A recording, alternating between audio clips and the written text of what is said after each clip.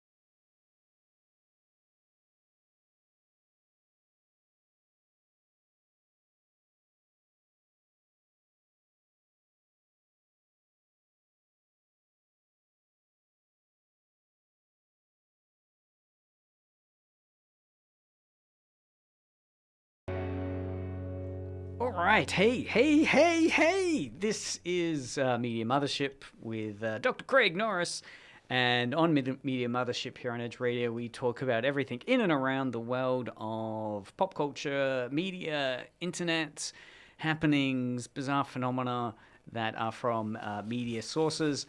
I am joined by Marcus Johnson. Hello, Craig. How are you today? I am very good. You are an MC extraordinaire. I have been called that in the past. And Ronan Norris, Hey. who I know did a deep dive into his current video gaming around Metal Gear Rising. With Vengeance. I was... Metal Gear Rising with Vengeance. And I have to say, Craig, we talked about this before, but I just need to let everyone know that I do question your ability as a father, allowing Ronan to play Metal Gear Rising before the other Metal Gear Solid games, to which it is a sequel. Yeah, because what number is Rising? That's the 4th in the entry? I'm asking this for those that don't know. Of course, I know. All right, so which the order is. Okay, so there's Metal Gear 1 and 2 from the late 80s, early 90s. Right, so we're talking PlayStation 2? No, MSX2. What is the MSX system? I have no idea what it stands for, but it was an old school computer made in Japan in the late 1980s. I believe Metal Gear 2 actually came out once it had ceased production. But those are the first two games, which are 2D top-down stealth games, because the reason they're stealth is because for the original game, it couldn't handle more than two enemies being on screen at the same time. So Kojima decided instead of making it a combat game, he'd make it a combat avoidance game. Kojima being the guy who writes and directs the games. So there's Metal Gear 1 and 2. There's the 4 Metal Gear Solid games released from the PS1 to the PS3. There is Metal Gear Solid Peace Walker, which is a sequel to 3 and a prequel to the OG. So far up to 4 titles. No, 8 8 titles. Of course we are. Yes, 8. And it gets a bit muddy because there is Portable Ops for the PSP, which is questionably canon. It wasn't written or directed by Kojima, so a lot of people do not consider it canon. An expanded universe. And then there's Metal Gear Solid 5, which itself is actually 2 games. There is the 90-minute prequel called Metal Gear Solid 5 Ground Zeroes, which was sold on a separate disc to the later Metal Gear Solid 5 The Phantom Pain. So depending on how you look at it, so Revengeance could be as little as the 10th and as late as the 12th.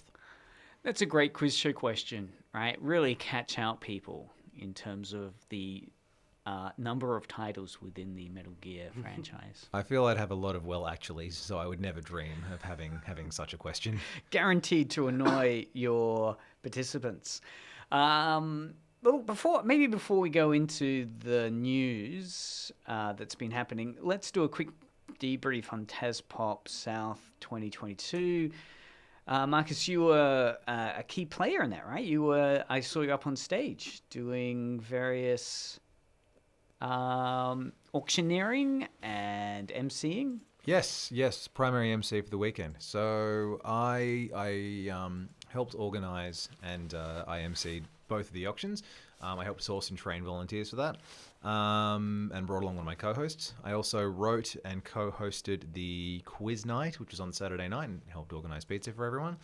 I also co-hosted Fruits, and these were all done on Saturday, Fruits being the alternative fashion competition. And on the Sunday, I hosted the cosplay competition. And the Friday and the Sunday, we also had karaoke nights. And I helped with I hosted the first karaoke night. By the time we got to the second one, Sunday night, after having done over half a dozen events, I was knackered and just sat down and someone else ran it. Okay, so did everything go as according to plan as you could hope? As according to plan that you could hope for any live event ever. I'll often say whenever there's a technical snafu, hey, you know that one live event when nothing bad happened and everything went according to plan? It's like it's like a dramatic scene in like some movie where a bunch of fighter jets are taking off to engage an enemy. Something is going to go wrong just for dramatic effect. It's never going to go 100% smoothly. Yes. No plan ever survives contact with the enemy. I guess it's a kind of space. At some point, you're going to be Randy Quaid at the end of Independence Day, where his missile malfunctions, but you just got to cheerfully scream and suicide bomb the mothership. Don't actually do that. That was that was in poor taste. We are the media mothership in this sense. So yes, maybe. So if Randy Quaid is listening, please leave us alone. So, okay, it all went pretty well. Any surprises? Anything that you were really surprised happened during the day? Any surprises during weekend? the day? Or during the weekend, rather? That's a question. So... Cosplays you weren't expecting? Not really. We had the lightsaber group there. You had a lot of classics. You had a lightsaber group. We had some furries. We had a smattering of Marvel superheroes, some DC superheroes. Mostly Marvel, yeah. There's a really good Spider-Man cosplayer up in Launceston who came down. Probably the most unexpected one in my mind would have been the I had a friend who did Decidueye from Pokemon. Just did this really big, fleecy, fluffy animal suit that I was not expecting him to make. Hey, if someone hugs like a cuddly cosplayer, that's really going over a line, isn't it? Right. It's going over a line if they have not sought permission first. Yeah. So just because Can someone... I hug you? Yes, exactly. Yeah. And to which the answer would usually be, sorry, what did you say? I can't hear anything through this mask. But after you repeat yourself a second time louder, if they say yes, by all means, give them a hug. But if they don't want to be hugged, just, Yeah. Cosplay is not consent. Cosplay is not consent. I always used to err on the side of caution and offer people fist bumps for like their cosplays. Yeah. I remember many years ago, my first ever convention on the mainland where I went cosplaying as the 10th Doctor, which was my signature cosplay for a very long time. It is now since been retired because it's fallen The 10th apart. is David Tennant's Yes, David Doctor? Tennant, Yep. with the pinstripe suit and the Converse and the trench coat. I basically walked into the Traders Hall and someone did a running hug at me and knocked me over. No, knocked you like running hard, tackle, almost rugby tackle stuff. Yeah, basically, it was like a rugby tackle. Yeah. And what happened? Like you were not expecting that, and you were No. on the floor. I wasn't on the floor. I was just sort of like knocked to the side and a little bit shocked. I wasn't horizontal, but I was still, I was glomped and knocked to the side. And what did that feel like? I mean, that was unpleasant. Oh no, it was fine. It was pleasant. Because I don't mind hugs. All right. If a stranger likes my cosplay and wants to do a surprise hug, then I'm not gonna take them to court over it. But if I had been somebody who did not enjoy hugs, much less surprise hugs, that would have been a problem. Yep. But there weren't any real major problems which hit the festival on the weekend, right? There were no needs to call the police. No Fire brigade? No need to call the police. Ambulances? No. None of the standard emergency services were required. No, the emergency services were not summoned. Which is great. Which is good. I gave everyone a very, very clear briefing on what would happen. What the procedure to follow if a fire alarm did go off following a convention on the mainland that had a very badly handled fire. Yeah. What's the worst emergency service scenario you've seen in a popular culture festival or convention? I was at a convention they're all many years ago because we are getting old, Craig. We are becoming old men. So I was at a convention in Melbourne at the Melbourne Showgrounds, and someone set off a smoke bomb in the Traders Hall. Set off a smoke bomb. Yeah. So something you'd see at maybe like a sporting event that gets reported on with unruly sports fan behavior. Yeah. A smoke bomb. Was it that like a costume thing? Was it like someone performing a cosplay activity for at least having a narrative rationale, or is it just disruptive? Just someone dropping a smoke bomb in a bin to have a laugh. Oh my. So this one off, and like in the movies, we see smoke bombs with SWAT teams, right? It's kind of like it suddenly smokes up everywhere. It's dense fog, and you need the gas mask on. What did you see the smoke bomb? I saw the aftermath of it. So it wasn't like a military grade smoke bomb. It just gave off a bit of a, but any amount of smoke, you have to evacuate the building as a safety precaution. Right. So they Were there evacuated. screams that went on? What was the kind of vibe? Was it screams or just orderly? Can people please make their way to the central Very orderly. exit? Or, okay. Very orderly, yeah. It wasn't like panic and everyone running out in pandemonium. But the problem was they evacuated the whole Traders Hall. So you had a couple of the Oh wow! So they've got all their merch there, and it's like I'm not going to leave behind thousands of dollars worth of gear, but you got to, right? It's not like you can suddenly pack it up in that time. There was one vendor who did refuse to leave and got into an altercation with a volunteer. When the volunteer actually assaulted the vendor. So, like you're saying, like the volunteer manhandled the vendor to get them out, kind of assault, or was it full on? I don't want to make light of it, but an actual karate level kind of. I mean, it was a move that I learned in karate when I was 7. So the vendor gave the volunteer the finger, and the volunteer grabbed the finger and tried to break it off. Oh, that escalated quickly. It escalated very quickly. But the reason why, beyond that volunteer, the reason why it was so badly handled is because the fire warden was telling everyone to just, stay out of the way of the fire trucks, and they were just milling about outside, a couple of thousand people. Meanwhile, Kyle Ebert, the guest that they'd gotten from the voice actor of Adult Gohan, Ryu from Adult Gohan from Dragon Ball Z. Big talent. Ryu from Street Fighter, Kamina from Gurren Lagann. I think he is Kiba from Naruto. He's been in a lot of stuff. He's the main villain in Bleach as well, Aizen. But he's been in a ton of stuff, and he was doing a panel that almost nobody was at, and nobody bothered to redirect the attendees into his panel. No one bothered to do that. Oh, so his panel was going on in a way that quarantined it from this fire hazard protocol, and no one directed people to, hey, while we're all here not being able to do the rest of the convention, let's get in and hear this great word of wisdom from this international guest. Really? What a missed opportunity. Yeah, and his panels were incredible. That's a shame. I actually went and saw them. Yeah. I had a very brief chat with him. He's a genuinely nice guy, and he told some really moving stories, and everyone missed out. I always regret, because I know that the actor that played Jamie from the Second Doctors came down to Tassie and Hobart to do a series of spoken word pieces. I miss going to that. I heard that the attendance was small and that they were actually very intimate affairs because of that.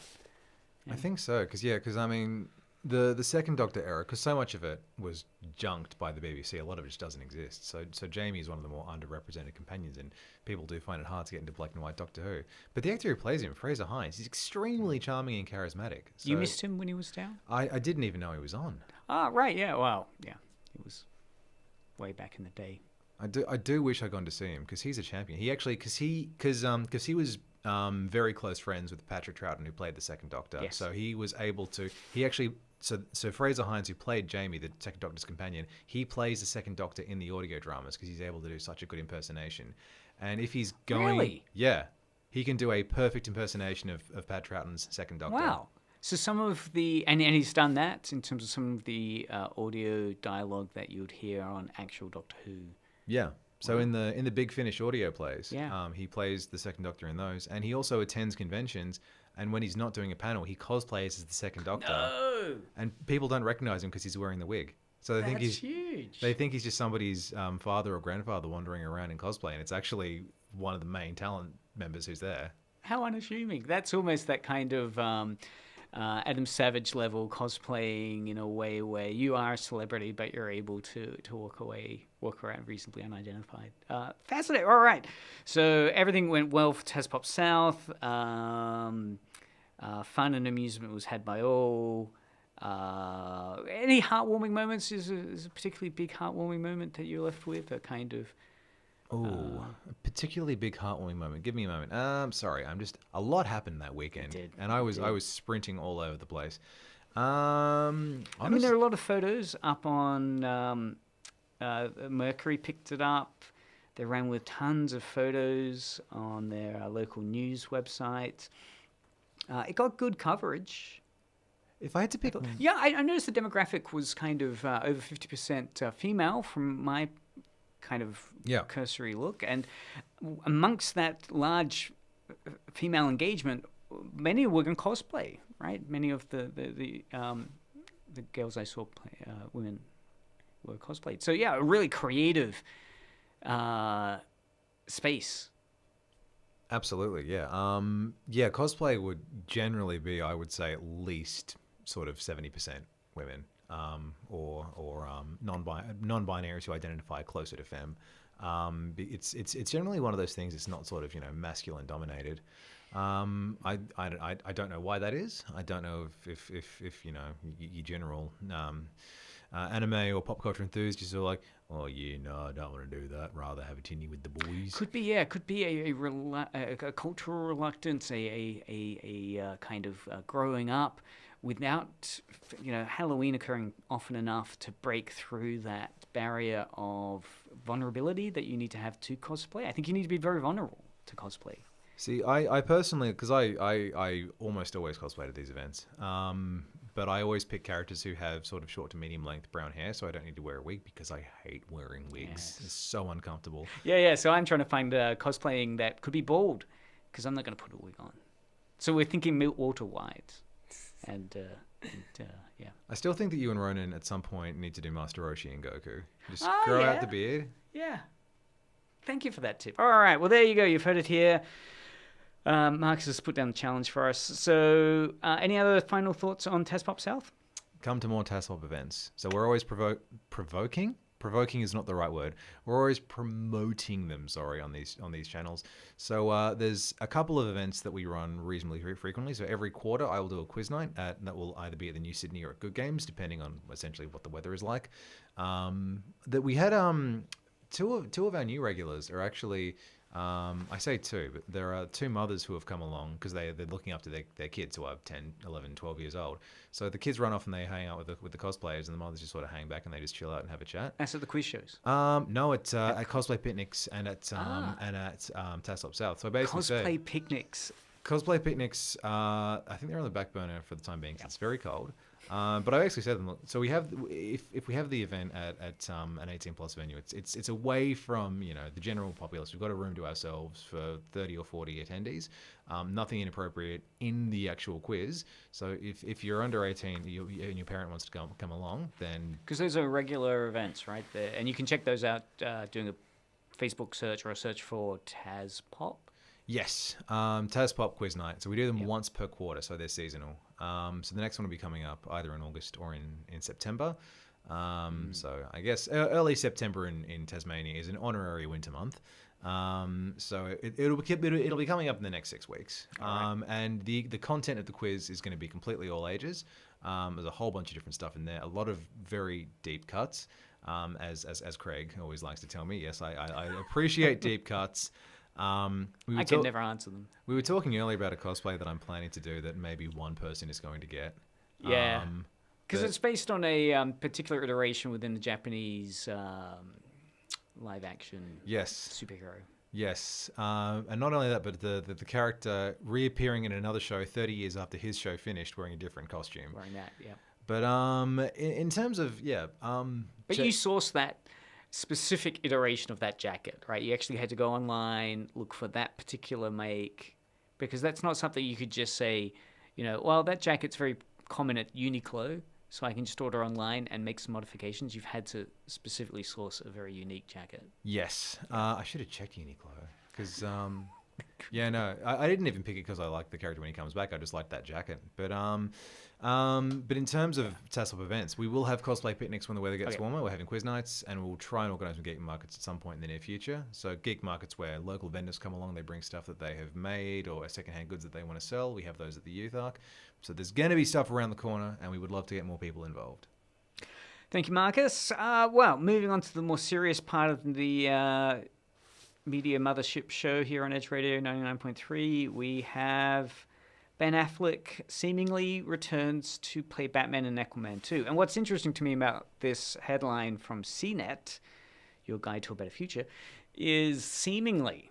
So a recent Instagram post by Jason Momoa seems to suggest Ben Affleck is back as Batman. And I love forensic fandom. So here we have a bit of fan forensic stuff going on. So you will see, if you're watching us on Twitch, the image here on Instagram. So what's your take on this, Marcus? You've got your finger on the pulse. Great excitement. So you're pretty sure this is pretty conclusive. I would be surprised if it wasn't, because one of the main reasons why Ben Affleck stepped down. Well, he's claimed in the past many times that he's done with Batman. And one of the main reasons why he stepped down from it was because it was terrible for his mental health. Why is that? The workout regime? I think that's one of it. One of the reasons is he had to be extremely disciplined with what he ate and how much he worked out, because he's no longer in his 20s. It's harder for him to develop muscle. So and when you have to get into that shape. Yep. Because I work out a reasonable amount. I don't look anything near as good as him. Because it's Hugh Jackman and the Wolverine as well, right? It's basically a lifestyle you have to adopt. Yeah. It isn't so much as watch what you eat, because watching what you eat and working out every day is a lifestyle choice. And the workouts they do, high intensity interval training, because when you're in your 40s, your joints aren't what they used to be. They can't recover as quickly. So you basically have to get the hardest workout in the shortest amount of time. And it's like it's abstaining from stuff. But even that, it's always it's also, I think it was also the constantly being under scrutiny. Like people basically everywhere he went, people would be like, "Oh, it's related to Justice League. Is he going to be in the next Batman?" Because he was originally tapped to write, direct, produce, and star in the Batman, which of course never happened. Oh, right. Because we had Robert Pattinson's The Batman. Yes, the original plan was for it to be a solo movie set in the DCEU with Joe Manganiello's Deathstroke as the main villain. But just the amount of stress that came with, like helming and acting in a $200 million picture with the execs constantly breathing down his neck and handing out mandates. Because directing a film is hard enough. Directing a film where you're actually in front of the camera at the same time, it's a Herculean task, not let alone having to raise the money and write the script. So it was just a lot of For strain many on him. reasons, all legitimate for Ben Affleck not to continue, but here he is in an Instagram post by Jason Momoa, of course, who is the star of Aquaman. Obviously, Aquaman 2 is in production at the moment, I'm assuming. And this Instagram post has captured a lighthearted moment on set, maybe. I mean, it's them not wearing any costumes, so you wouldn't... I mean, there's nothing in there that points to Aquaman, for instance. It's just... No, but the suit that Ben Affleck's wearing does look very Bruce Wayne, because he's wearing the dark suit with the dark shirt is a very sort of Snyderverse Batman look. Yep. But I believe that Ben Affleck's son is a very big fan of Batman, and I think that was one of the motivations he had for taking the role in the first place. So I don't know, maybe his son was nagging him to do It's it. interesting, isn't it? People who are fans and their influence. Again, talking about the actor that played Jamie from Doctor Who, cosplaying as Patrick Troughton. Troughton, yeah. And then also, Ben Affleck and his own child being a huge Batman fan. Next fandom piece of news is Neighbours. The Neighbours finale has come and gone now. It was on television last night. And I watched it with my wife. My wife, actually, who's Japanese, loves Neighbours as a way to learn Australian English. Much to the disapproval of more kind of like, can't you watch something else that's slightly better? People around her, she committed, and it paid off because last night, intertextual web of cross-referentiality, as you had so many actors coming back to reprise roles, to tie loose ends off. Did you get around to watching it, or have any thoughts about the Neighbours finale? Oh, look, I watched Neighbours for about a week back in grade 9 for a SOS assignment, a social sciences assignment, and that was it. But I think it's a real shame that Neighbours is gone, because it was one of our biggest exports for a very long time, but also it's a really good... it's basically the acting equivalent of working at Macca's, and that sounds really backhanded, but a lot of people got their start working there. So Margot Robbie, Kylie Minogue, Jason Donovan, Guy Pearce, lots of really well-known Aussie actors, Delta Goodrem, and is it Natalie Bassingthwaite who played Izzy Hoyland? I don't know. Yeah. A lot of actors, a lot of singers, just a lot of entertainers in general cut their teeth working on Neighbours and went on to do really great things and do a really good job representing Australia elsewhere, which analogous to, a lot of people's first job was Macca's and they go on to have other careers. But the ones who stayed there, for them it became a huge part of their life and their institution. They've sort of, they've gone up through the ranks, they've gotten higher billing, they've gotten the juiciest storylines to sink their teeth into. And it's actually become a lot of them were very sad to see it end. Especially with is it Stephen Dennis who plays Paul Robinson? Because originally... yes. Yeah, because he's been in it for so long. Because he started out... Because I remember in high school, around the time I had to do this social sciences assignment was around the time that he came back. Because he was in the show from the 80s and the 90s, and he left to go to Hollywood to try and become a star. Didn't work out, but then he came back home, and he had the Neighbours producers were like, just come back and work for us. We'd love to have you back on the show. And so that was basically what he did. That was his career path, and he was extremely happy with that. It's a good paycheck. It's a good paycheck, and he got to play the same character and get to know him and embody him.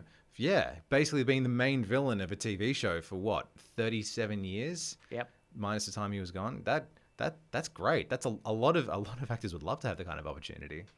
Yeah, look, and it was the thing that really struck me so much last night after, I watched it probably a little bit in high school, so way back in the early 90s, late 80s even. So that kind of first season character arcs, I recognized so many of the, like the Guy Pearces, the Jason Donovans, the Kylie Minogues when they returned, as well as some of the other background characters. And it was just fun to watch event television, right? An event which was occurring on live air broadcast TV, and I sat down with my wife. We watched it, and then the ads came on, and we watched the ads, and I'm thinking, I haven't watched free-to-air TV with ads for ages. It's all been stream stuff, which is one of the points that people make about why Neighbours is wrapping up, that it struggled with its UK funder to transition into this new streaming space, that it's been very difficult for free-to-air shows with their budget costs to really wrestle with the competitive on-air streaming landscape today. And shows like Neighbours, which are not cheap to make, even within the scheme of things, can have struggled now with audience numbers kind of plateauing and being minimal.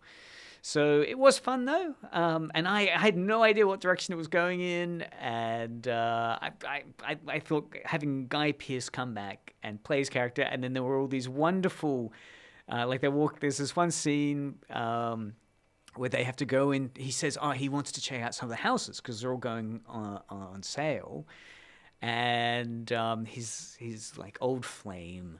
And they're building up this kind of love triangle thing again. He gets to go into all these houses from when he was in season 1 with flashbacks from the late 80s, which was just wonderful in terms of the costuming, set design, line delivery being so kind of early in the career of all actors. It was just delightful to have that nostalgia within a kind of modern event wrap-up episode.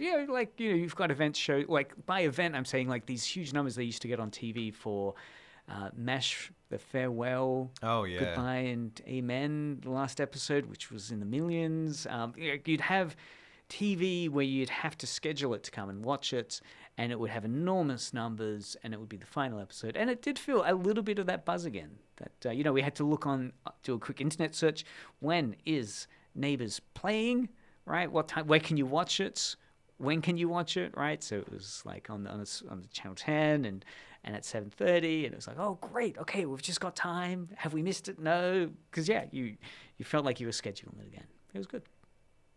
Yeah. I do miss event television because like being able to watch whatever you want whenever you want it with streaming is great and all, but the level of anticipation that builds when there's a specific time and date scheduled for a finale, or the one that I always remember is Who Shot Mr. Burns. Everyone was so Simpsons, keen for that when it came out in 1995. I just remember everyone scheduling and going, we have to see how this ends.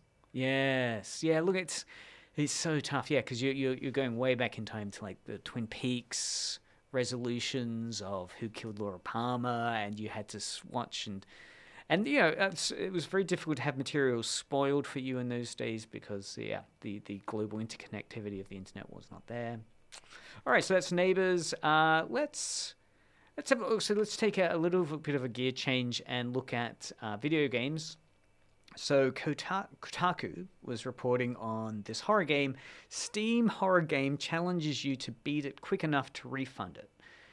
Refund Me If You Can, which is the name of the game, is making somewhat of a statement about Valve's refund policies. The article goes on to talk about it may look and play like an asset flip. So I guess this is talking about you buy a house and you just flip it.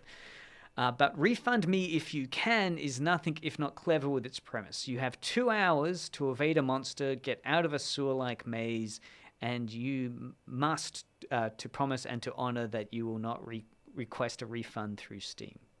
And you must you are otherwise, and the game isn't shy about calling you this, a coward. So I guess, the game's set up around this idea that you have 2 hours, like the game has this 2-hour duration to evade a monster and to get out of a sewer-like maze. So it's playing into that dynamic Steam has, that you can refund games if you've played it less than 2 hours. Isn't the Steam policy 2 hours to refund a game? So people speedrun lots of games. I've seen a Getting Over It speedrun. Really? Where someone speedruns a full game, completes, gets all the badges, and refunds it when he's done it. And he did it like under 1 hour and 50 minutes. Wow! And you get it for free. Yeah. Because you refund it because you've not played it for more than 2 hours. Yeah. So this game is deliberately kind of, I guess, trolling that mechanic by saying, can you play this game in under 2 hours? That you'll die within. I don't quite get the mechanic. It seems like, what is it? You have 2 hours to evade a monster, get out of a sewer-like maze, and you must do that. You will not get the refund. Have you ever refunded a game or? Yes. I bought Ion Fury on Steam because I was really keen to see how it played because I was really into first-person shooters at that time, and it was the first mainstream game being made in the build engine in about 20-odd years. But I only had a Mac at the time. I bought it and I realized it was advertised as having a Mac port, but it turned out it was Windows only, so I got it refunded. But other than that, I think the only other game I've ever taken back for a refund... I've taken 3 games back for refunds in the past. One was when I got Mario Kart 8 to play with my friends. Mario Party 8, sorry. I love Mario Kart 8. That's a great game. No, we played Mario Party 8 once and we were like, yep, okay, we have played this. We don't need to play this ever again, so I got a refund for that. And I bought Mario Galaxy 1 and 2 in 2015 because I think I was like, I'm going to play these. I've got a little bit more time now that I'm finished with uni and I have a job. Then I was like, you know what? I'm probably not going to play these. I exchanged them for Metal Gear Solid 5. Right. You had the actual physical copy of them. Yes, and, had the physical copies. But yeah, it's very rare for me to refund anything. Yeah, I'm a bit of a hoarder. So next story on video games is some news about Elder Scrolls 4 Oblivion, which is an old game, but some news has come out around how its AI had to be dumbed down to save the game. And it's a fascinating story which is talking about how the NPCs and the AI that was created to govern NPC behavior was actually so finely tuned, because the idea is that they were going to have this kind of immersive NPC gameplay within it, where the NPCs, non-player characters, would be kind of clever enough to be able to break out of just a set routine and do kind of world-building stuff. So they might start trading material, they might start doing something. However, the coders quickly realized there were problems with that, so they dumbed it down, and it's since become something which many fans have said is a big problem for Elder Scrolls 4 in terms of how dumb the AI is. Where, there's various scenes where the AI jumps off a ledge and dies, and it can prevent you from actually getting forward in the game. But the thing that's really interesting about this article is that they were talking about why they needed to dumb down the characters. And it was because this coding, this kind of emergent coding they had set up, meant that, to read the article, they say, the developers learned the wrong way that having NPCs with unique desires, so these were desires which would allow for really kind of exciting, interesting, unusual behavior, a bit like Free Guy, the movie. NPCs with unique desires can result in some awesomely unpredictable events. Yes, but in most results, so when they were game testing it, the NPCs went on these murderous rampages in search for other NPCs who had alcohol in their inventory. So I guess some of the coding was about them being able to pursue desires, right? They had some coding about, you'll need this object, and the NPCs went about doing it. And they went about doing it in a way which meant they killed people. The NPCs just killed a lot of other people trying to find those which had booze in their inventory. So as soon as the game begins, and the NPCs are out of your line of sight, these NPCs would begin murdering each other and committing petty crimes that would then end up getting them killed by these really realistic police force in the game that had been coded. So the police would then come in and kill the guys which were killing... guards? Maybe that's what they were called. Guards. Yeah, kind of guards. Yeah, I guess they're kind of palace guards or something. So the devs saw no other solution than just to dumb down the NPCs and they saw it as a small price to pay for what became this this other space, this kind of lobotomized game environment where the characters would just be unable to get themselves out of horrible situations and die.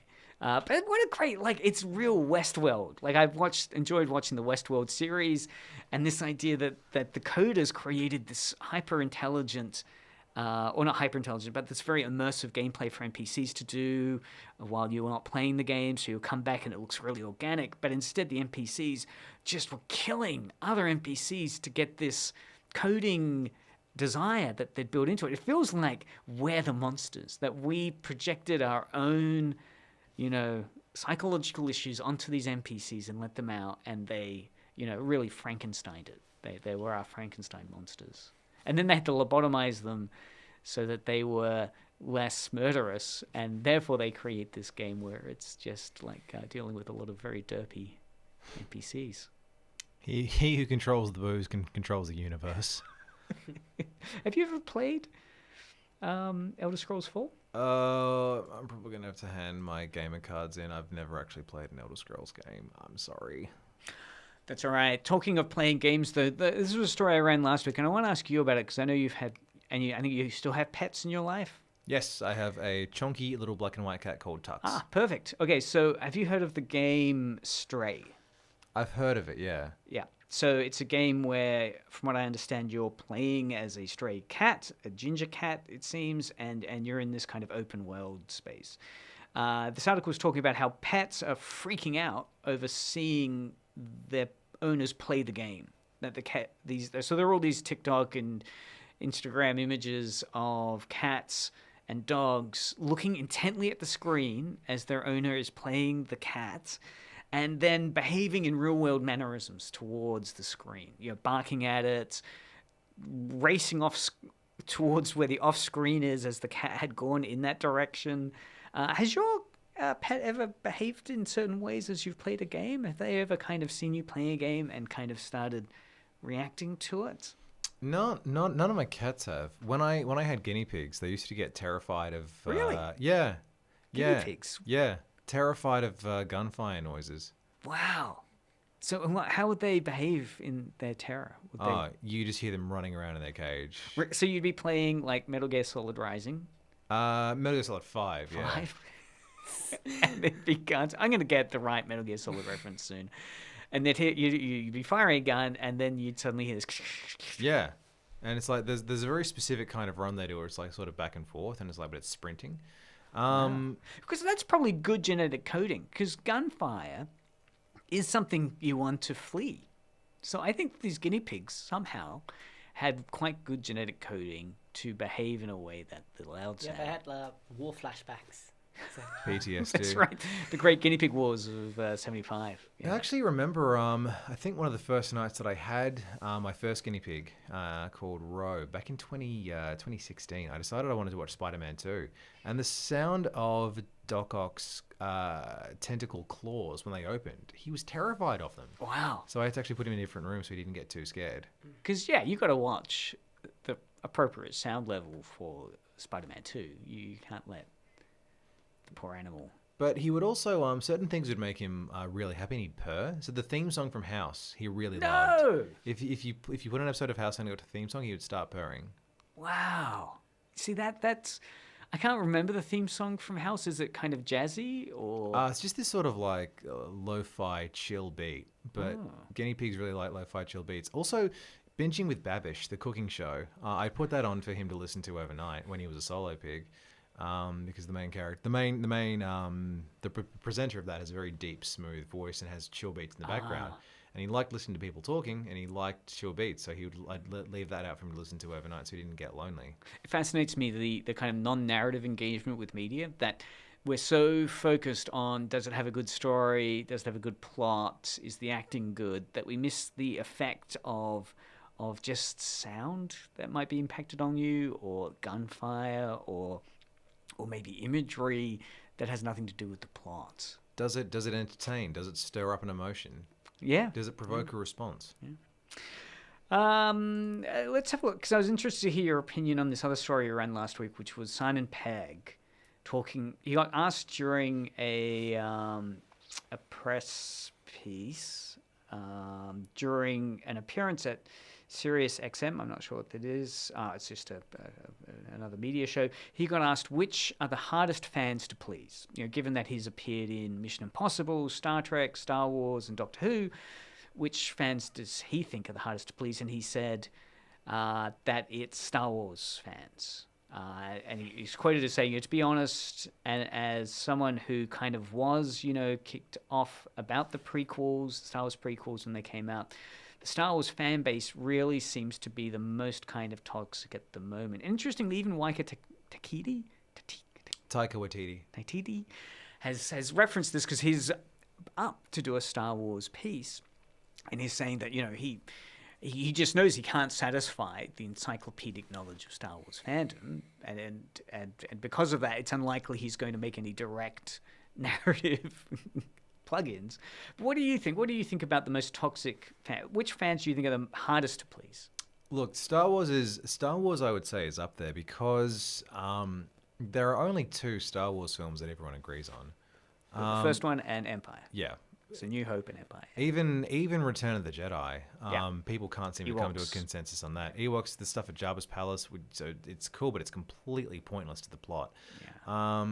The overstuffed climax, Han becoming a bumbling Yeah, idiot. Han not being killed. The discussions we find out later about Harrison Ford really saying Han's death makes so much sense dramatically, but not committing to it. Yeah. It's an interesting text, Return of the Jedi, in terms of its debates about missed opportunities and the real problem with Return of the Jedi, and I'll keep this brief, I promise, is that it didn't know what to do with Han and Leia in the climax. No. All right, moving on from that. But everything that's- since Empire has been so divisive and has had so many different opinions. The prequels in particular have gone through so many shifts about whether or not people think they're good. And at this point, the only thing that everyone can agree on is that they can't agree on them. Yeah. All the TV shows that come out, half people say they're great, half people say they're terrible. Or they go, yeah, they're all right, but there's no consensus. Like most of these things, they're not even split down the middle. They're in camps of 8 to 10 different factions. Yeah, it's interesting because there was an interview recently with Ewan McGregor talking about coming back as Obi-Wan Kenobi for the Disney series, and he was saying one of the reasons he took it was because of the reaction he'd received at many conventions from fans who were kids watching the prequels and now are adults, and the sense that there's been a real shift because of that age, that growing up age, that that was their Star Wars, the prequels. They're now adults, and New McGregor says there's a noticeable change in tone about what the prequels means now. That during Simon Pegg's kind of hatred of the prequels when it first released was really emblematic of the sense that this was a failed trilogy.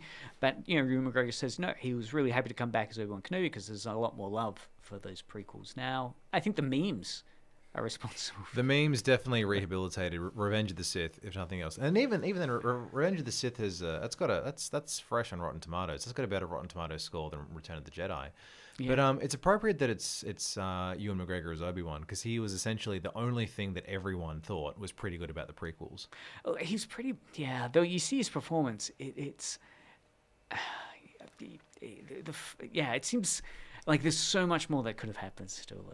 It does feel like his, particularly Phantom Menace, a lot of the criticism around his character really not doing anything. I think Mr. Plinkett said it best when he said, "Now I believe that these characters, Qui-Gon Jinn and Obi-Wan Kenobi, should have been combined into one character called Obi-Wan Kenobi."